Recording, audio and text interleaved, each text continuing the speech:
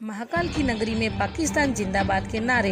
उज्जैन मोहर्रम पर हुए बवाल के बाद खूब सुर्खियों आया रामेश्वर शर्मा का ये बयान। उज्जैन में मोहर्रम जुलूस के दौरान कुछ लोगों द्वारा पाकिस्तान जिंदाबाद के नारे लगाए जाने का मामला सामने आया, जिसके बाद ताबड़तोड़ प्रशासन ने 15 लोगों के खिलाफ मुकदमा दायर किया। वहीं 4 लोगों को तुरंत हिरासत में लिया। साथ ही पुलिस आगे की भी कार्रवाई कर रही है। आपको बता दें कि मोहर्रम ताजिया जुलूस के दौरान कुछ लोगों द्वारा पाकिस्तान जिंदाबाद के नारे लगा दिए थे, जिसके बाद उज्जैन के साथ ही मध्य प्रदेश और देश भर में भी यह मामला काफी सुर्खियों में आया। मामले ने तूल पकड़ा तो हिंदू संगठनों के साथ सनातन धर्म ने भारी विरोध प्रदर्शन किया तथा आरोपियों के विरुद्ध कार्रवाई की मांग की।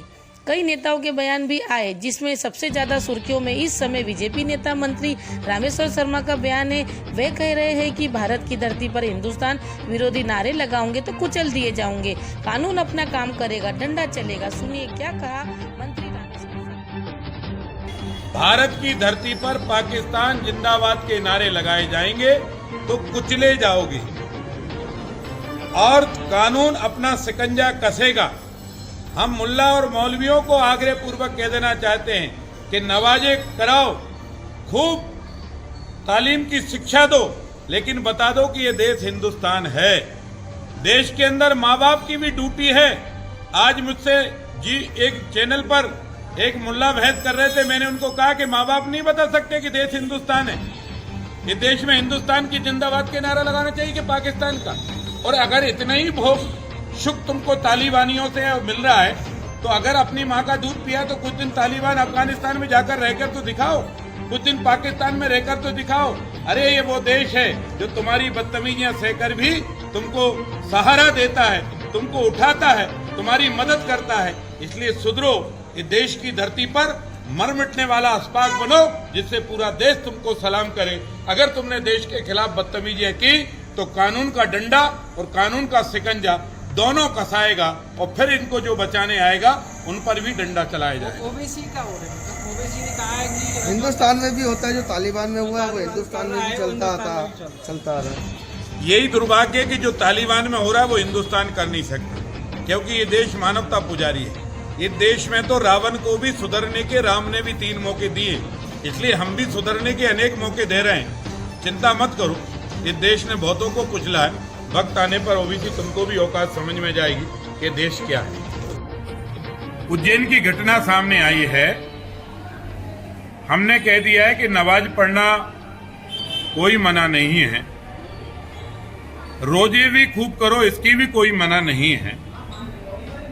अगर आपको मुहर्रम के जुलूस निकालना है, परंपरागत जुलूस निकालो, इसकी भी मनाही नहीं है।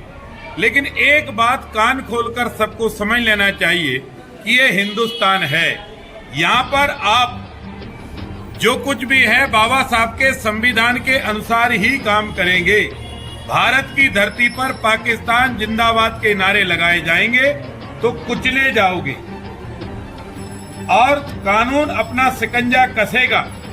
हम मुल्ला और मौलवियों को आग्रह पूर्वक कह देना चाहते हैं कि नमाज़ें कराओ, खूब तालीम की शिक्षा दो, लेकिन बता दो कि ये देश हिंदुस्तान है। देश के अंदर माँ बाप की भी ड्यूटी है।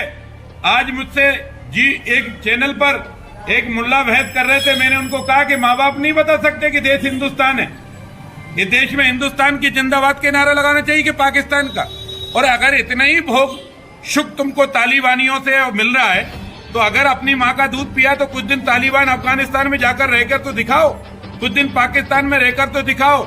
अरे ये वो देश है जो तुम्हारी बदतमीजियां सहकर भी तुमको सहारा देता है, तुमको उठाता है, तुम्हारी मदद करता है। इसलिए सुधरो, ये देश की धरती पर मर मिटने वाला अस्पाक बनो, जिससे पूरा देश तुमको सलाम करे।